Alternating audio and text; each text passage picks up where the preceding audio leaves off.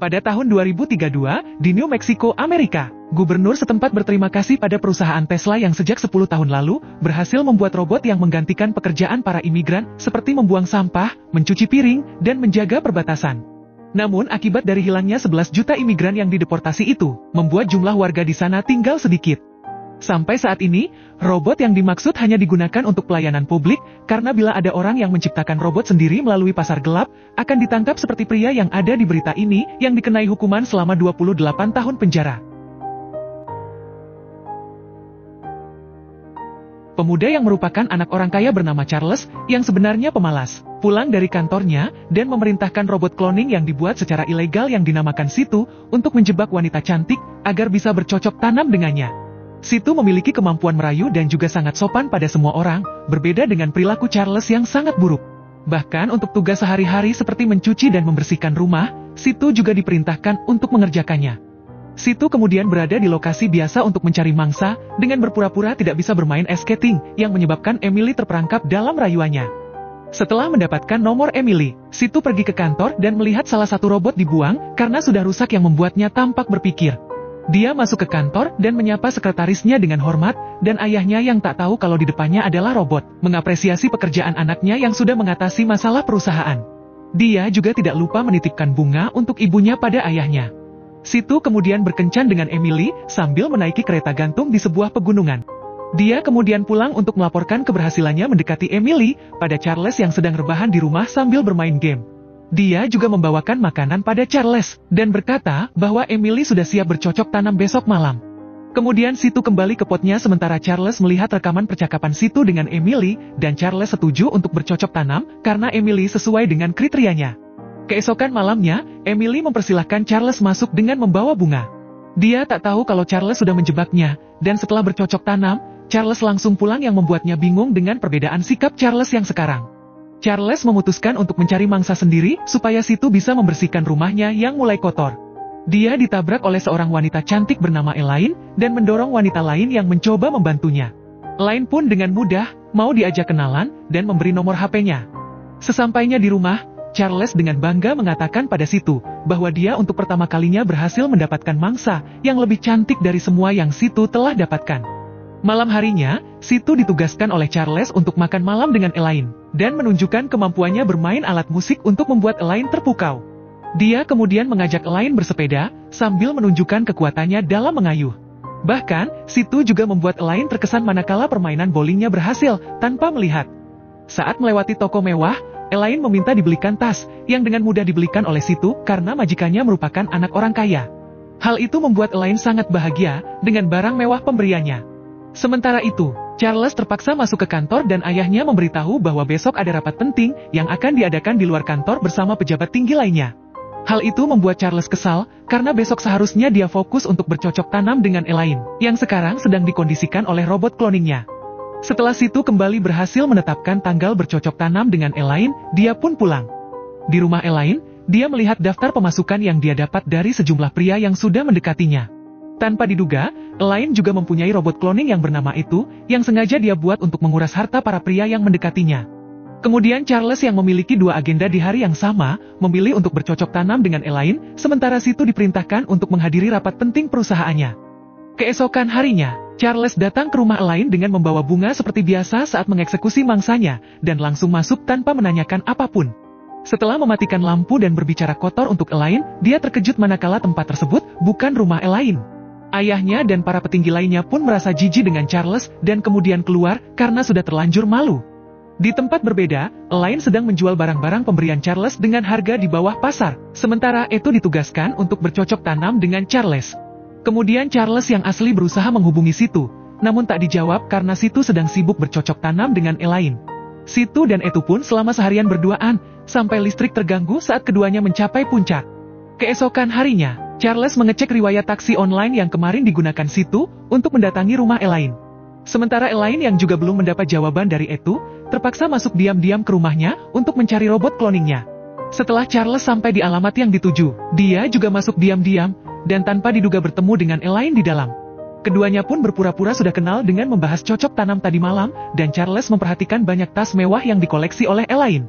Tanpa diduga, keduanya mendapat telepon dari masing-masing robot cloningnya yang mengatakan bahwa mereka memutuskan untuk berpacaran dan kabur dari kedua majikannya tersebut yang membuat Charles dan Elaine sangat panik. Setelah menyadari bahwa Charles menggunakan robot cloning untuk mendekatinya, Elaine marah dan melempar barang ke arahnya karena merasa ditipu. Namun, Charles membela diri dengan alasan bahwa ia sudah mengeluarkan banyak uang untuk membelikan tas mewah saat mendekatinya. Charles memohon kepada Elaine agar berpikir rasional, karena jika keberadaan robot-robot cloning ini terbongkar, keduanya dapat berurusan dengan hukum. Ia mengusulkan agar mereka bekerja sama kali ini untuk menangkap masing-masing robot. Elaine akhirnya setuju dengan strateginya, dan mereka bersama-sama menuju ke tempat pembuat robot yang ternyata dibuat di tempat yang sama. Setelah tiba, Zack yang membuat robot ilegal keduanya, membuka pintu dengan senjata di tangan. Dia marah pada Charles yang berbohong tentang alasan pembuatan robot, karena awalnya Charles mau menggunakan robotnya hanya untuk mengurus ibunya. Meski begitu, Zack akhirnya setuju membantu, karena belum ada yang tahu kejadian ini selain mereka berdua. Setelah lokasi didapatkan melalui GPS yang tertanam pada tubuh robot, mereka pun bersiap menangkap kedua robot itu. Namun Zack melarang untuk menggunakan kedua robot itu lagi, dan nanti akan dihancurkan setelah berhasil ditangkap, yang membuat Charles memohon untuk tidak dihancurkan. Meski diprotes, Zack tetap akan menghancurkannya, karena kedua robot itu sudah memiliki pikiran sendiri, yang dapat membahayakan umat manusia. Sementara Elaine setuju saja, karena dirinya hanya ingin selamat dari masalah hukum. Untuk mencegah robotnya dihancurkan, Charles mengirim lokasi robotnya pada sahabatnya yang bernama Fat Ninja, untuk membawa situ sebelum dia dan yang lain sampai. Setelah beberapa jam perjalanan, mereka sampai ke tempat robotnya yang sedang bermalam di sebuah penginapan. Zack memberikan pistol listrik untuk membuat pingsan robotnya, kemudian mereka diam-diam mendekati kamarnya dan menyaksikan kedua robot itu sedang bercocok tanam. Tanpa banyak cincong, Elaine mendobrak pintu dan langsung menembak keduanya sampai pingsan, sehingga Zack menyuruh Charles untuk segera menggotong kedua robot itu ke mobil. Elaine menyadari bila itu sudah mencuri beberapa barang mewahnya, yang menyebabkan kedua robot itu memiliki uang untuk menyewa kamar. Saat Zack dan Charles sedang sibuk memasukkan kedua robot ke bagasi mobil, Fat Ninja yang datang terlambat ke lokasi, mengira Elaine adalah robot, dan berusaha membawanya namun Elaine melawan. Charles yang mendengar kegaduhan tersebut, langsung naik ke atas untuk menolong Elaine, namun ternyata Fat Ninja lah yang perlu ditolong. Saat dipisahkan, Fat Ninja masih mengira bila di depannya adalah robot, sehingga dia langsung menghajarnya. Setelah Fat Ninja mencolokkan jarinya ke arah Elaine dan melihatnya kesakitan, dia akhirnya percaya kalau keduanya asli. Kemudian, Zack dan Elaine akhirnya tahu kalau tujuan Fat Ninja kesini adalah untuk membawa robotnya Charles agar tidak dihancurkan, sesuai arahan Charles yang membuat Zack kesal. Saat mereka lengah, kedua robot yang sudah sadar pun langsung kabur membawa mobil yang membuat Zack tambah kesal. Zack memberitahu tujuan kedua robot tersebut, yaitu kabur menuju Meksiko yang belum memiliki aturan tentang cloning robot, sehingga kedua robot itu bisa hidup bebas. Akibat kecerobohan Charles, Elaine juga marah dengan tindakannya, dan langsung pulang meninggalkan semuanya. Hal itu membuat Charles merasa sangat bersalah, karena telah memanfaatkan robot untuk melakukan semua keinginannya. Beberapa hari kemudian, Charles berniat menjalani hidupnya tanpa bantuan robot, sehingga dia memantapkan niat untuk merubah diri yang lebih baik. Dia berangkat ke kantor dengan penuh percaya diri, dan menyapa sekretarisnya untuk pertama kali. Saat lewat di depan para petinggi perusahaan, dia dipanggil dan diperlihatkan rekaman CCTV yang diperoleh tadi malam. Dalam rekaman tersebut, Charles mencuri beberapa barang kantor dan juga mengotori sudut ruangan yang membuat Charles sangat malu dan terpukul. Namun Charles tetap tidak mau mengakui bahwa yang di video itu adalah robot cloningnya, yang membuat ayahnya memintanya untuk mengambil cuti yang membuatnya langsung pulang. Keesokan harinya, tanpa diduga Elaine mengajak Charles bertemu dan berkata bahwa hidupnya hancur semenjak robotnya tidak ada, yang membuat pemasukannya berkurang drastis. Charles pun mengungkapkan masalahnya yang sama, dan mengajaknya untuk menghabisi kedua robotnya. Setelah mendengar strategi Charles, Elaine pergi untuk mencuri mobilnya. Namun saat mengejarnya, dia melihat Elaine yang lain juga sedang mengejar Situ yang juga mencuri mobilnya, dan menyadari bahwa Situ dan Etu sudah menjebak mereka. Namun, keduanya memutuskan untuk mengambil satu mobil saja, sehingga mobil Charles ditinggalkan di pinggir jalan. Saat keduanya naik mobil, mereka dikirimi video live kedua robotnya yang sedang merampok untuk memfitnah mereka. Akibatnya, keduanya memutuskan untuk menyembunyikan diri dari kejaran polisi dengan tinggal di salah satu rumah Charles yang ada di tengah hutan untuk sementara. Setelah mematikan HP, agar keberadaannya tidak terlacak, mereka sampai di rumah kayu dengan perlengkapan seadanya. Elaine memintanya untuk mencari kayu bakar tambahan di luar, namun saat Charles mau mencari, dia mendengar suara binatang yang membuatnya takut. Elaine pun memutuskan dirinya yang mencari kayu, dan meminta Charles untuk menyalakan api dengan kayu yang ada. Setelah mencoba beberapa kali, akhirnya dia menyerah karena tidak tahu caranya dan berhenti mencoba. Saat Elaine pulang, dia kesal karena api belum juga dinyalakan, sehingga dia merebut kertas yang sedang dibaca oleh Charles untuk menyalakan api dan akhirnya berhasil.